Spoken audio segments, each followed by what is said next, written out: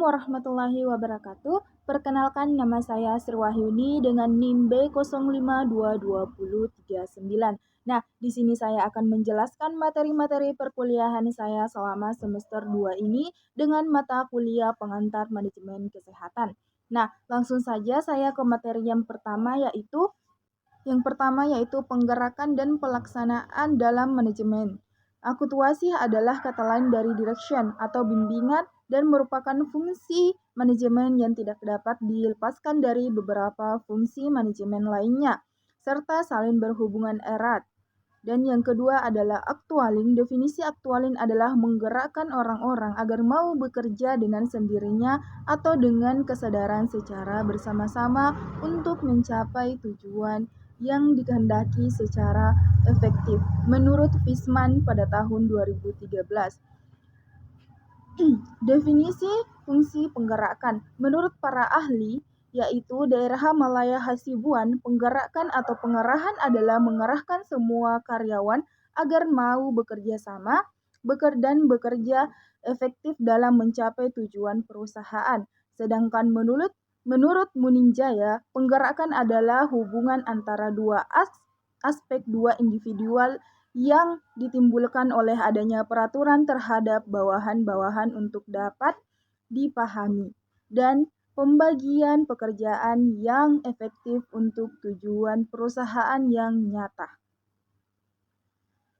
Berikutnya yaitu fungsi aktuasi. Aktuasi merupakan usaha untuk mencapai dan menciptakan kerjasama di antara staf pelaksanaan program sehingga tujuan organisasi dapat tercapai secara efektif dan efisien. Selanjutnya, faktor penghambat fungsi aktuasi. Kegagalan manajer menumbuhkan motivasi staf merupakan hambatan utama fungsi aktuasi. Hal ini dapat terjadi karena manajer kurang memahami hakikat perilaku dan hubungan antar manusia. Tindakan kebutuhan manusia. Yang satu yaitu kebutuhan untuk keseimbangan, 2. Kebutuhan untuk rasa aman dan tentram, 3. Kebutuhan untuk diterima di lingkungan sosialnya, 4. Kebutuhan untuk diakui, 5. Kebutuhan untuk menunjukkan kemampuan diri. Selanjutnya, definisi kepemimpinan. Kepemimpinan adalah kemampuan seseorang untuk mempengaruhi perubahan perilaku orang lain, baik langsung maupun tidak langsung. Seorang manajer yang ingin kepemimpinannya baik, maka pemimpin tersebut harus, menurut Muninjaya pada tahun 2004, 1. Memotivasi dirinya sendiri untuk bekerja dan peka terhadap lingkungan, 2. Memiliki kepekaan tinggi terhadap permasalahan organisasi dan komitmen yang tinggi untuk memecahkannya. Yang ketiga yaitu menggerakkan dan atau memotivasi staf agar mereka mau sadar, dan yang keempat melaksanakan tugas-tugas pokok organisasi seperti dengan kewenangan dan tanggung jawab yang melekat pada setiap tugas tersebut. Fungsi-fungsi kepemimpinan. 1. Pengambilan keputusan dan merealisasi keputusan itu. 2. Pendelegasian wewenang dan pembagian kerja kepada para bawahan. 3. Meningkatkan daya guna dan hasil guna semua unsur manajemen. 4. Memotivasi bawahan supaya bekerja efektif dan bersemangat. 5. Pemrakarsa penggiatan dan pengendalian rencana. 6. Mengkoordinasi dan mengintegrasi kegiatan-kegiatan bawahan. 7. Mengembangkan imajinasi, kreativitas, dan royalitas bawahan. 8. Penilaian prestasi dan pemberian teguran atau penghargaan kepada bawahan. 9. Pengembangan bawahan melalui pendidikan dan pelatihan. Dan terakhir ke-10 yaitu melaksanakan pengawasan yang melekat atau waskat dan tindakan perbaikan jika perlu. Gaya kepemimpinan. 1. Gaya kepemimpinan diktator, yaitu untuk upaya mencapai tujuan yang dilakukan dengan menimbulkan ketakutan serta ancaman hukuman. 2. Kepemimpinan autokratis, yaitu segala keputusan yang berada di tangan pemimpin.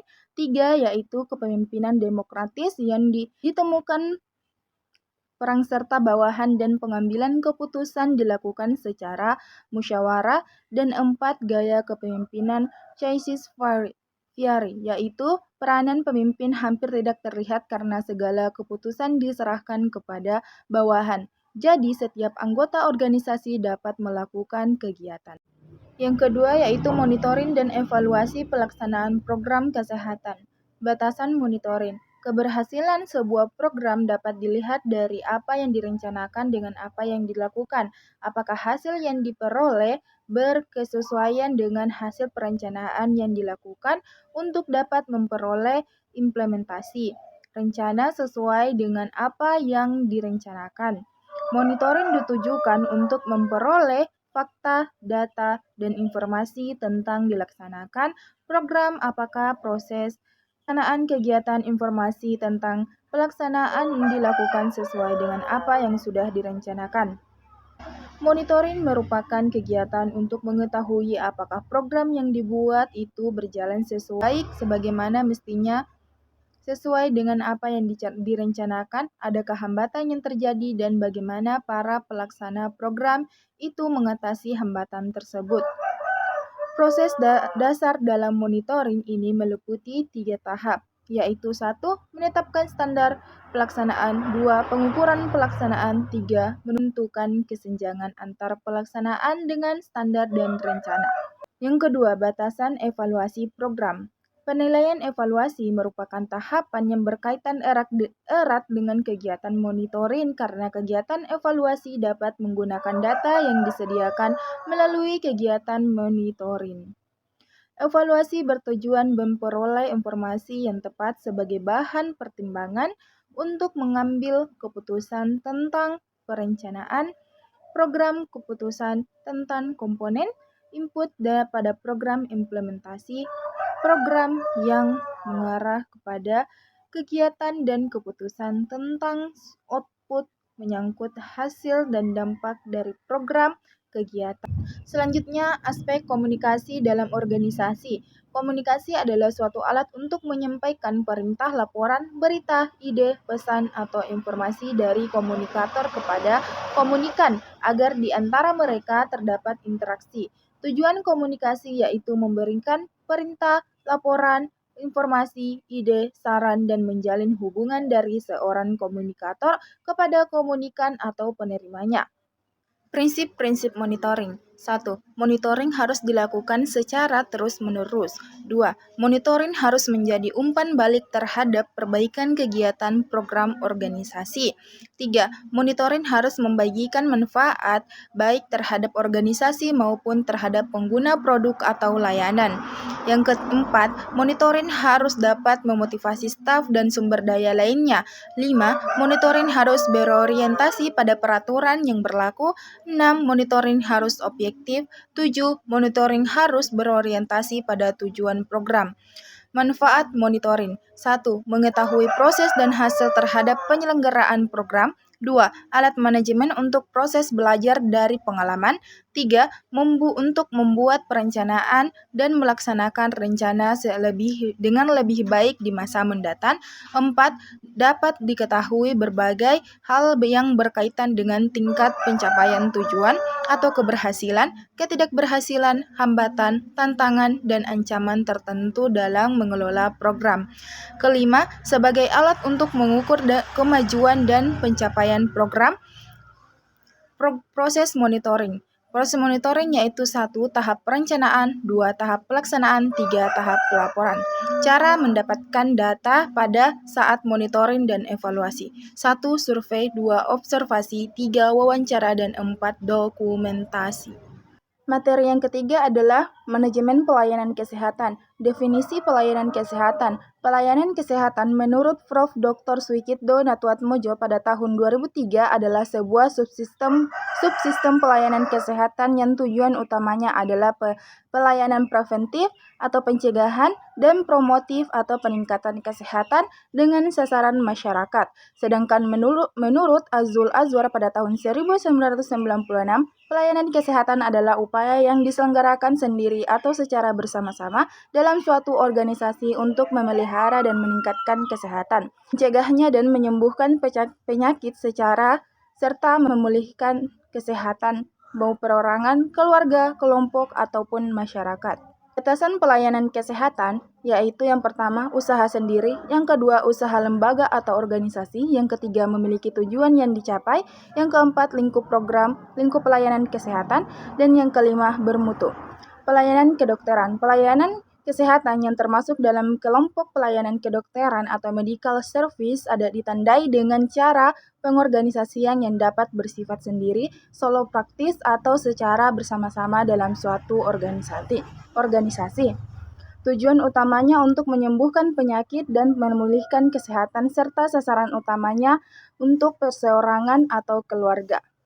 Yang kedua, pelayanan kesehatan masyarakat. Pelayanan kesehatan yang termasuk dalam kelompok dalam pelayanan kesehatan masyarakat atau public health service ditandai dengan cara pengorganisasian yang hanya untuk memelihara dan meningkatkan kesehatan serta mencegah penyakit serta sasaran utamanya kelompok atau masyarakat. Bedaan pelayanan kedokteran dengan pelayanan kesehatan masyarakat yaitu pelayanan kedokteran 1. Tenaga pelaksanaan terutamanya adalah dokter. 2. Perhatian utamanya pada penyembuhan penyakit. 3. Sasaran utamanya adalah perseorangan atau keluarga. 4. Kurang memperhatikan efisiensi. 5. Tidak boleh menarik perhatian karena bertentangan dengan etika dokter. 6. Menjalankan fungsi perseorangan dan terkait dengan undang-undang. 7. Berpenghasilan diperoleh dari imbal jasa. 8. Bertanggung jawab hanya kepada penderita. 9. Tidak dapat memonopoli upaya kesehatan dan bahkan mendapatkan saingan. 10. Masalah administrasi sangat sederhana. Selanjutnya, pelayanan kesehatan masyarakat. 1. Tenaga pelaksananya terutama para ahli kesehatan masyarakat. 2. Perhatian utamanya pada pencegahan penyakit. 3. Sasaran utamanya adalah masyarakat kelurahan. Yang keempat, selalu memperhatikan efisiensi. Yang kelima, menarik perhatian masyarakat, misalnya penyuluhan masyarakat. Yang keenam, pelayanan kesehatan masyarakat menjalankan fungsi pengorganisasian masyarakat dan didukung dengan undang-undang. Yang ketujuh yaitu penghasilan merupakan gaji dari pemerintah. Yang kedelapan, bertanggung jawab kepada seluruh masyarakat. Yang kesembilan, dapat memonopoli upaya kesehatan. Dan yang terakhir adalah yang 10, menghadapi berbagai persoalan kepemimpinan.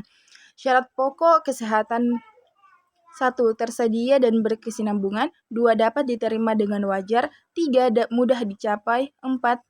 Mudah dijangkau. Dan 5. Bermutu.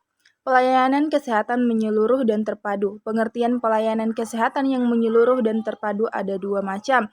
Yang pertama yaitu pelayanan kesehatan yang berhasil memadukan berbagai upaya kesehatan yang ada di masyarakat, yakni pelayanan peningkatan dan pemeliharaan kesehatan, pencegahan dan penyembuhan masyarakat penyakit serta pemulihan kesehatan menurut Azwar pada tahun 2000. Yang kedua yaitu pelayanan kesehatan yang menerapkan pendekatan yang menyeluruh. Jadi tidak hanya memperhatikan keluhan penderita saja, tetapi juga berbagai latar belakang, sosial ekonomi, sosial budaya, mental, dan lain sebagainya. Pendekatan pelayanan kesehatan menyeluruh dan terpadu. Stratifikasi pelayanan kesehatan yang pertama yaitu pelayanan kesehatan tingkat pertama adalah pelayanan kesehatan yang bersifat pokok yang sangat bermutu oleh sebagian besar masyarakat.